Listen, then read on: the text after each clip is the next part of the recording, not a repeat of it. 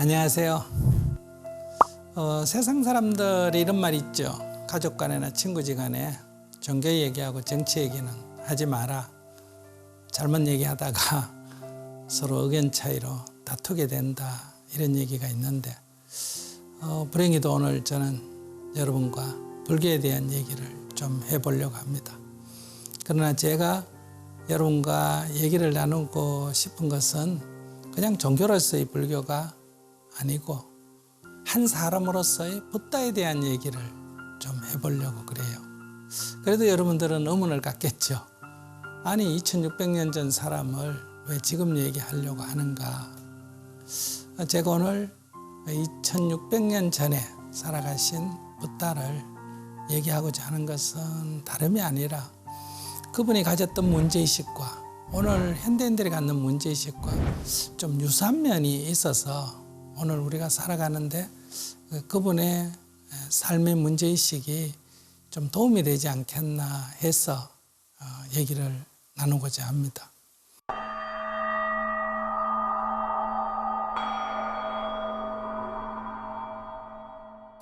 오늘 우리는 물질적으로 좀 풍요로운 상태에 놓여 있습니다. 100년 전 사람이 오늘 우리를 본다면 우리가 왜 괴로운지 이해할 수 없을 거예요. 먹을 게 없나? 입을 게 없나? 잠잘 데가 없나? 그런데 오늘 우리들은 그들이 생각하는 것과는 다르죠. 오늘 우리들은 우리가 사는데 모든 게 다 갖춰졌다 이런 생각을 안 하고 있습니다. 오늘 우리들은 아직도 먹는 문제 걱정이고 입는 문제 걱정이고 자는 집이 걱정이고 여러 가지 사는 게 근심과 걱정이 많습니다.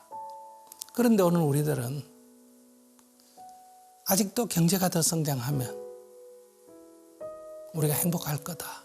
내가 돈이 좀 더 많으면 집이 좀 더 크면 행복할 거다고 생각하는데 오늘 우리들이 겪고 있는 이런 스트레스, 고뇌가 해결되리라는 아무런 보장도 없습니다. 그렇기 때문에 우리는 이게 먹고 입고 자는 이런 경제적인 문제, 이런 어떤 독재 정치에서 벗어나는 민주화의 문제, 이것만 갖고는 인간이 자유롭고 행복해질 수가 없다 하는 문제의식을 좀 가질 때가 되지 않았나 싶습니다. 우리가 지난 살아온 삶하고 비교해 봤을 때 우리는 앞으로 미래에도 우리들의 이 행복이 보장되리라는 그런 것은 확인할 수 없지 않을까, 확언할 수 없지 않을까 이렇게 생각합니다. 그럼 우리는 어떻게 살아야 되겠느냐? 이런 문제일 때 우리의 이런 문제의식과 똑같은 것을 2600년 전에 고타마 시타라타라고 하는 한 젊은이가 가졌다는 거예요. 이 고타마 시타라타라고 하는 나중에 부처님이 되신 분인데 이 젊은이는 작은 나라지만은 왕자로 태어났어요. 그러니까 그 2600년 전이라 하더라도 이 왕자로 태어난 왕궁의 삶은 먹는 것에, 입는 것에, 자는 것에 이 생활에 아무런 불편이 없었습니다. 좋은 음식 먹고 좋은 옷 입고 좋은 집에서 좋은 마차 타고 이렇게 생활을 했다는 거예요. 그런데도 불구하고 이 고타마 시타라타는 오늘 우리처럼 많은 고뇌를 가지고 있었다. 그래서 이게 먹는 게 없고 입는 게 없고 딴 게 부족하면 그 당시 풍속대로 신에게 빌어서 뭘 도와달라 할 텐데 이분은 대다수를 다 갖추고 있었기 때문에 자신이 겪고 있는 이런 고뇌가 누구한테 빌어서 얻어서 해결될 수 있는 문제는 아니었습니다. 그래서 왜 괴로울까? 이렇게 스스로에게 끊임없이 질문을 할 수밖에 없었다. 그래서 저는 2600년 전에 왕궁의 삶 속에서도 인간이 고뇌할 수밖에 없는 것과 오늘 우리 현대인들이 이런 물질적 풍요 속에서도 고뇌할 수밖에 없는 문제의식은 좀 비슷하지 않느냐. 그런데 오늘 우리들도 아직도 누구에게 뭘 더 달라고 빌죠. 아무튼 이러한 문제의식, 그러니까 외부로부터 뭔가 얻으려고 하는 게 아니라 자기에게 진지하게 왜 이런가 하고 물어보는 이런 문제의식을 우리가 가져야 된다. 그러면 왜 이 젊은이는 그 당시에 왕궁에 살면서 이런 문제의식을 갖게 됐을까? 물론 작은 나라 왕이니까 어때요? 큰 나라 왕이 되고 싶은 그런 욕구도 있었겠죠. 그런데 그런 어떤 욕구로 신에게 기도를 하거나 제사를 지내거나 이렇게 하지 않고 왜 괴로울까 이렇게 자신을 탐구할 수밖에 없었던 것은 이 경전에 보면 이 젊은이가 요즘 말하면 사춘기라고 할 수 있죠. 12살 때쯤 돼서 자신이 경험한 것에 대한 어떤 문제의식에서였습니다. 이 소년이 지금까지는 왕궁에서 자랐고 두 분의 스승이 있어서 아주 잘 가르쳤고 잘 따라 배웠고 또 신체도 건강하고 그래서 촉망받는 그런 젊은이였다.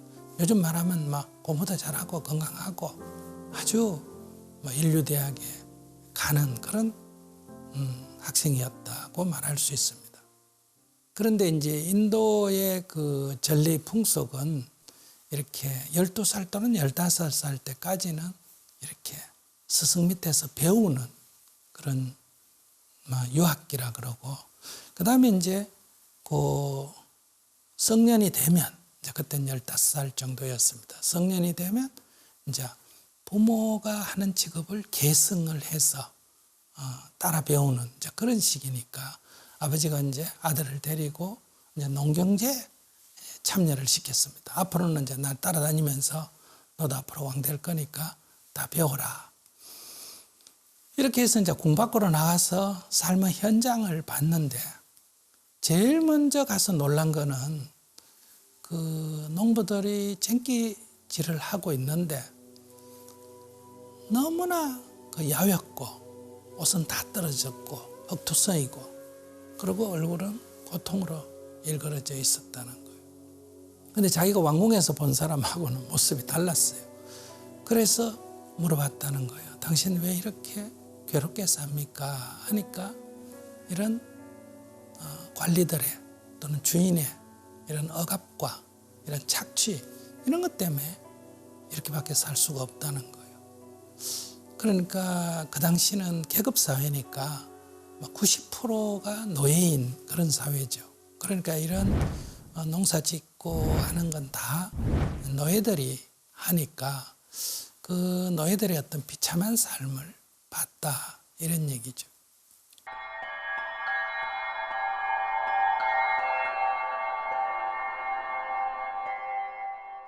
그걸 보면서 지금까지 자기가 왕궁에 살면서 이렇게 참 편안하게 살았었고 모든 사람이 다 이렇게 사는 줄 알았는데 왕궁 밖에 나가보니 그렇지 않았던 거예요.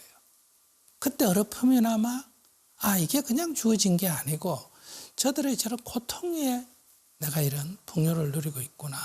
저들의 저 빈곤 위에 나의 풍요로움이 있구나. 이런 거를 어느 정도 느낄 수가 있었다 그래요. 그런데 그 농부가 채찍을 갖고 소를 때리면서 쟁기질을 하는데 그 사람이 좀 편리하려고 소가 입에 거품을 물고 이렇게 막 힘들게 가는데 계속 채찍으로 때리는 거예요. 그러니까 그 소의 큰 눈망울에 눈물 같은 것이 보였다는 거예요. 그때 의문이 들었다는 거예요. 왜 하나가 편리하기 위해서는 다른 하나가 저렇게 불편하게 고통을 겪어야 할까? 근데 쟁기가 이렇게 땅을 파니까 벌레들이 나오니까 새들이 날라와가지고 그 뒤쫓아가면서 계속 이제 잡아먹는 거예요. 그걸 보면서 왜 하나가 살기 위해서는 하나가 죽어야 할까? 이러면서 같이 사는 길은 없나?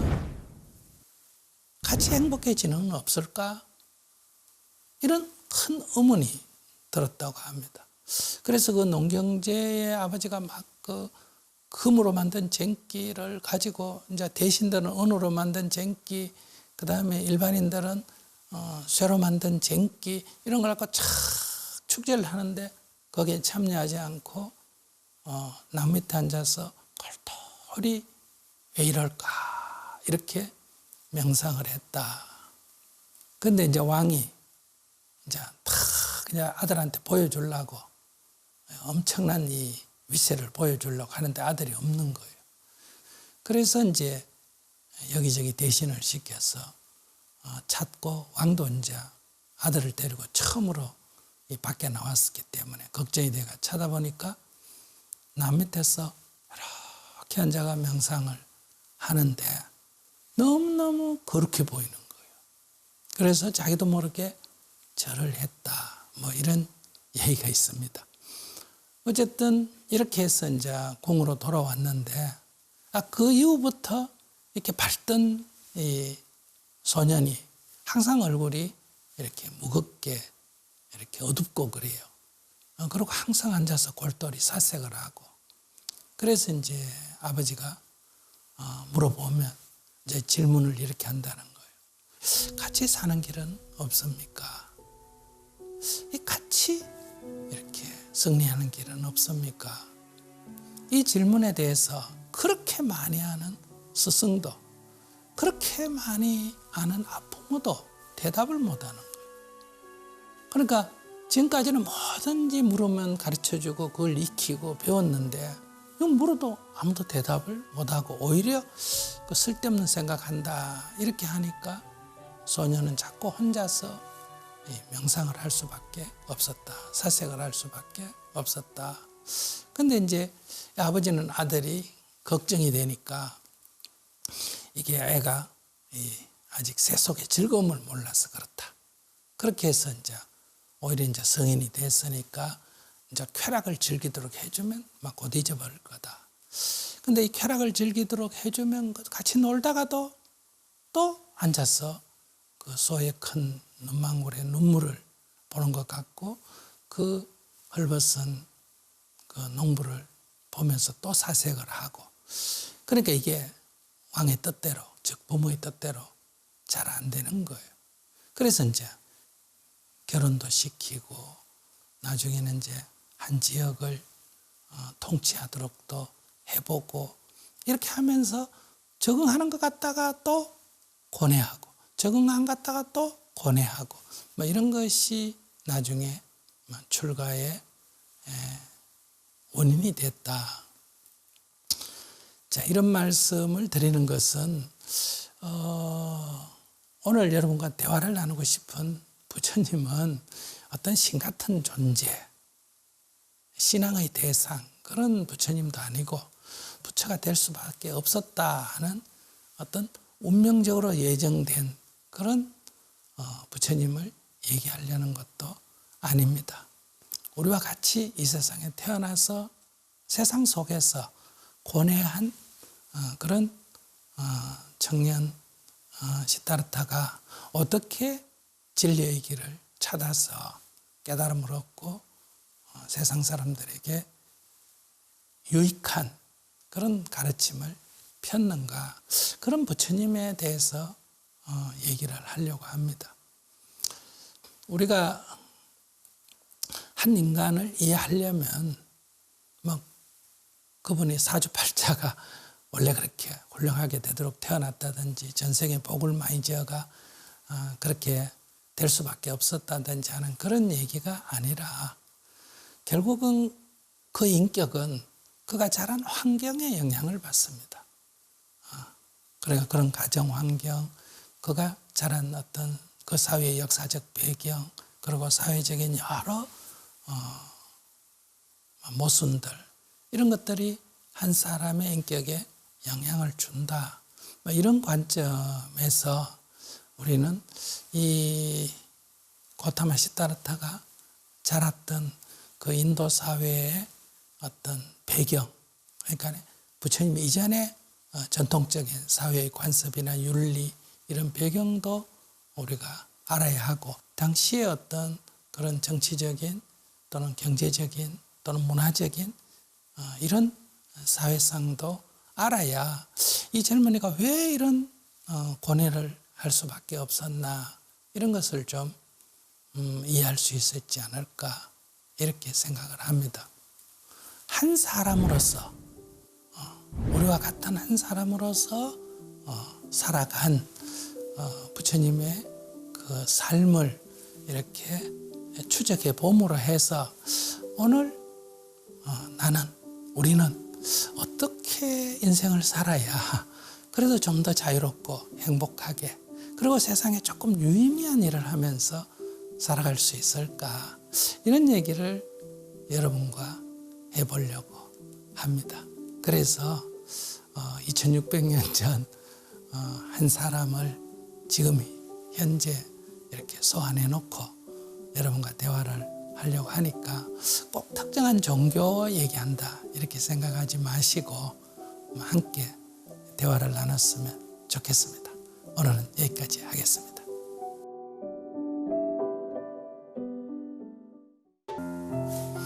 안녕하세요. 지난번에 왜 이 시대, 지금 2600년 전 고타마 시다르타, 고타마 붓다를 우리가 알아야 하는가, 이런 말씀을 드렸습니다.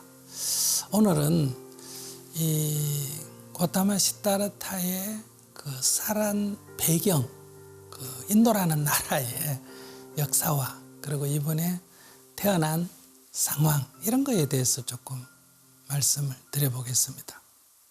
인도 대륙은 세계 4대 문명의 발상지 가운데 하나라 그러죠. 즉 인더스 문명이 발생한 곳입니다. 인도는 삼면이 바다로 되어 있습니다. 서쪽은 아라비아해, 동쪽은 벵골만, 남쪽은 인도양, 이렇게 되어 있고, 이 북쪽은 히말라야 산맥과 아라칸 산맥, 또 힌두쿠시 산맥, 그리고 사막, 이렇게 해서 완전히 이렇게 좀 폐쇄되어 있다 그럴까? 그렇기 때문에 독자적인 하나의 문명을 일으켰다, 이렇게 볼 수 있습니다. 이 문명을 이룬 사람들은 인도 대륙의 원주민인 드라비다족이다, 이렇게 현재 알려져 있습니다.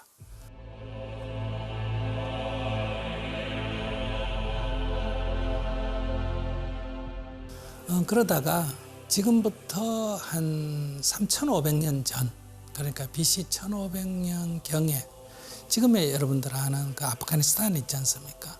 이 아프가니스탄 지역에 살던 이 백인 계열의 아리안족이 있었는데, 이 사람들이 이 힌두쿠시를 넘고 파미르 공원을 넘어서 지금의 인도 대륙의 북쪽, 그러니까 지금의 파키스탄 지역이죠.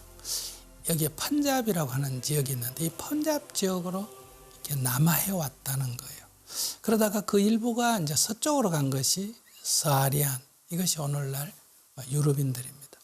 그리고 여기서부터 동쪽으로 이동해 온 것이 이제 동아리안, 이것이 이제 오늘 인도 문명의 원류다.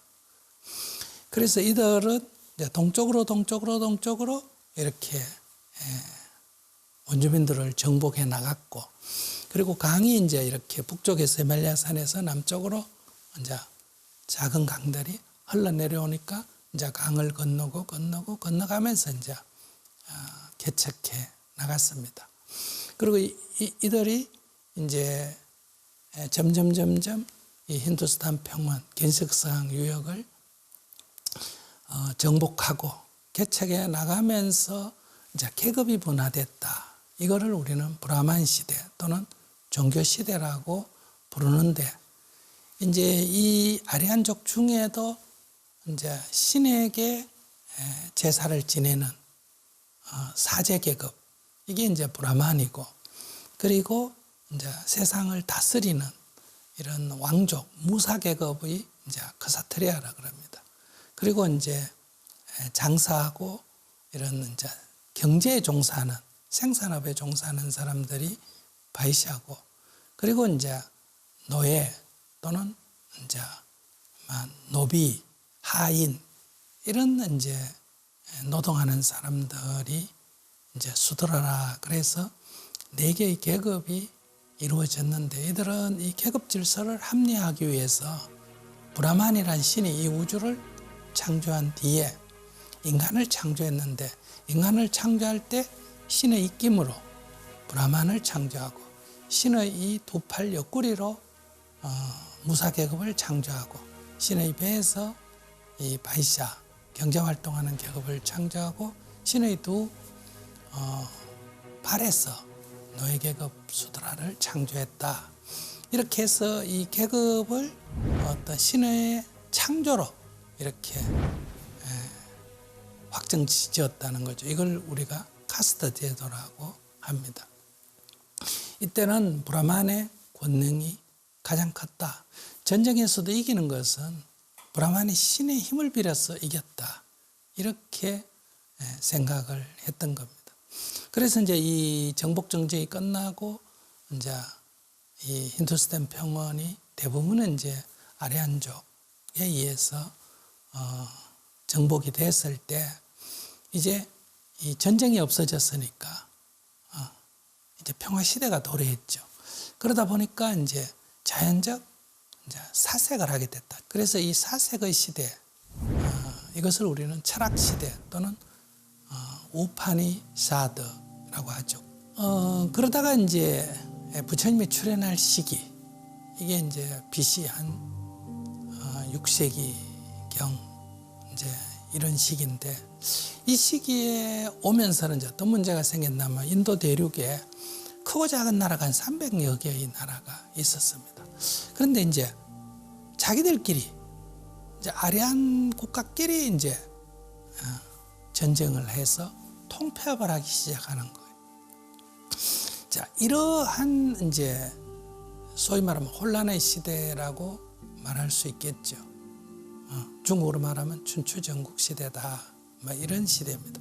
여기 이제 두 가지 이제 신흥 제국이 쟁패하는 이런 문제가 하나 있고, 하나는 경제적으로는 철기 문명의 발달로 농업 생산량이 굉장히 늘어나고 도시와 도시 사이에 어때요? 무역이 많이 이루어져서 이 경제에 종사하는 바이사 계급의 거부장자가 출현하고, 그 다음에 무사 계급 중에는 이렇게 절대 왕이 출현을 하게 됩니다. 그러니까 자연적 이 브라만의 절대적 권능이 무너지고 오히려 약해지고, 상위 계급에 있어서는 약간의 계급적 질서가 무너진다. 이렇게 볼 수 있고요. 그 다음에 끊임없는 전쟁이 일어나니까 이 살상이 일반화된다. 사람 죽이는 거를 그렇게 어려워하지 않는, 그러니까 이 대립과 갈등이 아주 첨예했고, 그 다음에 이제 빈부격차가 아주 막 극심했다. 그러니까 이 부유층 자제들의 그 사치와 향락도 뭐 굉장했던 것 같습니다. 아무튼 이런 혼란기에 지금의 전통적인 사상인 브라만의 가르침, 그 철학, 그 믿음을 갖고는 이 혼란한 세상을 이해하기가 어려웠습니다. 정말 신이 이 세상을 주관한다면 왜 이렇게 혼란함을 방치하게 되는가, 이런 의문도 들 수밖에 없었죠.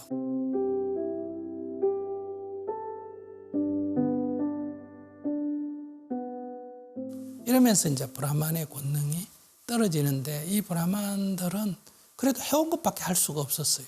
제사를 지낸다든지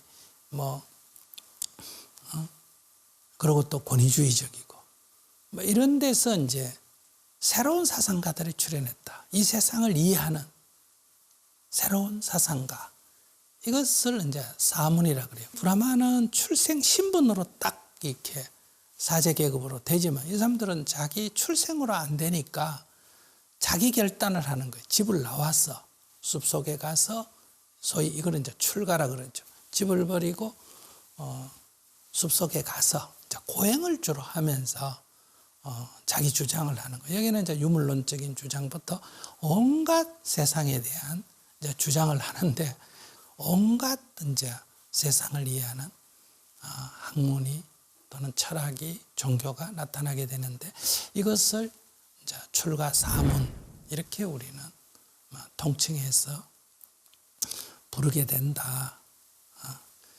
그래서 인도에는 이제 주류 사상인 브라만과 비주류 사상인 사문유가 나타나면서 이 어떤 철학, 정신세계의 큰 두 가지 줄기가 형성되고 이 주류들은 주로 우리가 어떤 원하는 게 있으면 그것을 신의 힘을 빌어서 이루어 주어서 그것을 많이 가지는 것, 재물을 많이 갖고 지위를 갖고 하는 것이 행복이라 하고 하는 이걸 이제 철학적으로는 쾌락주의라고 말하고 대신에 이 출가 사문들은 인간의 욕망을 억압하고 억제하고 그렇게 해야 해탈할 수 있다라고 주장을 하고 했기 때문에 고행주의다. 그래서 이 세상에 해탈의 길로 가는 데는 쾌락주의와 고행주의가 있다. 이러한 어떤 환경에서 부처님은 태어나고 자랐다. 그래서 어린 시절은 브라마니즘에 의해서 쾌락주의로 출가한 이후에는 주로 고행주의의 그 사문유에 합류해서 그들을 스승으로 모시고 공부를 해나갔다 또는 수행을 해나갔다 이렇게 볼 수가 있습니다. 그러니까 이런 배경 위에서 이 고타마 시타라타는 한 청년의 고뇌를 이해해야지 이런 배경 없이 우리가 얘기한다면 그냥 부처님은 한 신적 존재밖에 될 수가 없다는 거죠. 부처님이 나중에 깨달음을 얻고 난 뒤에 하신 말씀 중에 이런 얘기가 있습니다. 네가 태어나면 내 운명이 정해져 있다. 이거를 부처님은 부정하셨거든요. 이러한 운명론에 대해서 부처님은 그렇지 않다라고 말씀을 하셨습니다. 그러나 물론 오늘 우리가 믿고 있는 불교는 인도의 전통인 전생에 의해서 정해져 있다 하는 것을 종교적으로는 받아들이지만 부처님은 이런 운명론을 부정을 하셨다. 결국은 이런 계급 질서도 합리화하고 또 성차별도 합리화한 전생에 죄가 많아가 여자로 태어났다든지 전생에 죄를 많이 지어가 노예로 태어났다든지 이런 거에 대해서 부처님이 다 부정을 하셨지 않습니까? 그래서 카스트 제도를 부정하고 성차별을 부정해서 여성도 출가하는 길을 열고 노예계급 출신들도 똑같이 출가하고 수행정진에서 해탈하는 길을 열어준 이런 것은 그 당시 인도 사회를 알아야 붓다가 얼마나 정말 혁명적이었느냐 파격적이라고 할 만한 혁명적이냐 하는 걸 알 수 있는데 오늘 우리 불교를 그냥 공부하게 되면 인도의 전통을 그대로 받아 있기 때문에 부처님은 신적 존재일 수는 있지만은 어떤 혁명적인 삶을 세상을 바꾼 그런 분이다 하는 것은 도저히 우리가 감을 잡을 수가 없겠죠. 그러나 후대에 부처님의 일생을 묘사하는 분들은 부처님을 신격화하면서 이제 부처님이 태어나실 때부터 아주 전생에 한없는 수행정진을 해서 저 하늘의 신이 됐다가 이제 마지막 부처를 이루기 위해서 이 세상에 태어났다. 이렇게 이제 묘사를 하고 있죠. 그래서 태어날 때 이제 어머니의 오른쪽 옆구리로 태어났다. 이거는 이제 부처님이 왕족 출신이다 하는 것을 상징한다. 이렇게 봐야 됩니다. 인도 역사를 봤더니 이거는 크스테리아 계급 왕족 출신이라는 걸 상징하고 있구나. 그리고 이분이 태어나자마자 7발자국을 걸었다. 이렇게 돼 있지 않습니까? 근데 이 6발자국이라는 게 인도 전통 문화에서 육도윤회입니다. 사람이 자기 지은 그 업에 따라서 나쁜 짓을 하면 지옥에 가고, 그 다음에 아기도에 가고, 그 다음에 이제 축생도에 떨어지고, 아수라에 떨어지고, 인간, 그 다음에 하늘나라 천상, 이렇게 육도를 윤회한다 하는데, 이분은 이 육도 윤회에서 벗어났다, 해탈을 얻었다, 이걸 상징하는, 그래서 6발자국에서 한 발떡한 7발자국으로 묘사했다. 또 한 손을 하늘 가리키고 한 손을 땅을 가리키면서 천상천하 유아독존 삼계계고 아당한지라고 했다, 이렇게 묘사되어 있죠. 그러니까 여기서 하늘 위 하는 것은 신들의 세계고, 하늘 아래 하는 것은 인간 세계를 말한다. 그러니까 하늘 위, 하늘 아래, 신들의 세계가 인간 세계를 통틀어서 이분이 가장 위대한 존재다, 이런 얘기죠. 또 부처님은 태어나서 아시다스니 보고, 이분은 집에 있으면 전륜성왕이 될 것이고 출가하면 부처님이 될 것이다 라는 예언을 했다. 이것도 앞에서 말씀드린 인도 사회가 이렇게 혼란스럽다, 정치 경제적으로 혼란스럽고 사상적으로 혼란스러우니까 많은 사람들의 어떤 염원이 있었습니다. 그것은 위대한 정치인이 나서, 일반 왕이 아니고 왕 중의 왕인 그런 왕이 나와서 이 세상을 좀 평화롭게 해줬으면 좋겠다, 이게 전륜성왕이에요. 그러니까 일체를 깨달은 붓다가 출현해서 어느 것이 옳고 그른지를, 사람이 어떻게 살아야 되는지를 바른 길을 제시하시는 분이 출현해야 된다, 이런 예언도 있었다고 볼 수 있습니다. 결국은 부처님은 그 부처의 길을, 이 인간의 무지를 깨우쳐서 누구나 다 자유롭고 행복할 수 있는 그런 삶의 길을 가는 방향을 제시했고, 이러한 인도의 역사적 배경 속에서 우리는 이 청년 시타르타, 인간 시타르타를 이해해야 한다. 앞으로 이제 이분이 어떻게 고뇌하면서 진리의 길로 찾아가느냐, 이걸 여러분께 말씀드리겠습니다. 오늘은 여기까지 하겠습니다.